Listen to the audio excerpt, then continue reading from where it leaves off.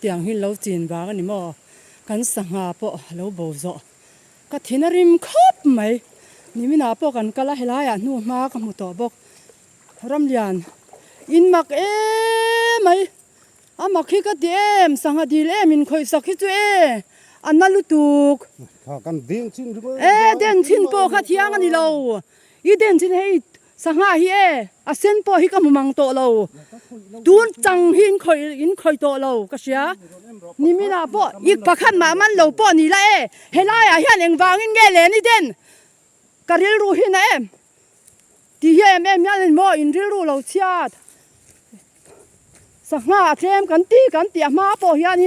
in lo khoi to ti hi cha du ni mina po nu ma thar ta ka om chu wangin chu wangin a voi na chang ani lo ti hi chiang to chu wang chuan ni i mak mai ingat nge ti memory ru hi puchat I mak lu tu ha takin kan buai pui ve na sa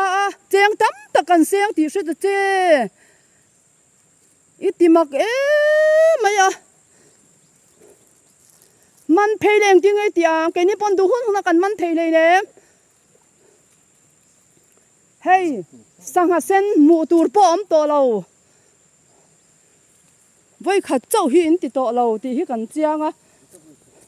ai ti chin na po ni se la mo ka ngai dan hi ni lo khop mai iti mak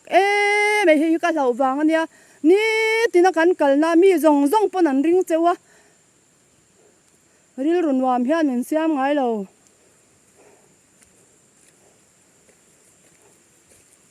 iti mak hle mai hetiang ang sanga dil han in den sak hi chu thil om ang lo lu tu ka ni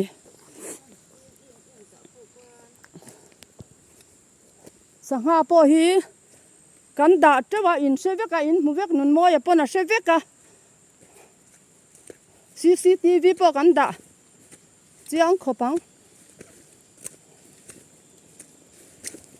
kalung hi oi to thot lo ni mina ni se la ya son nu ma thar lu tuk mai ama nun mo ya pon di lami sanga aman tip thom po kan sia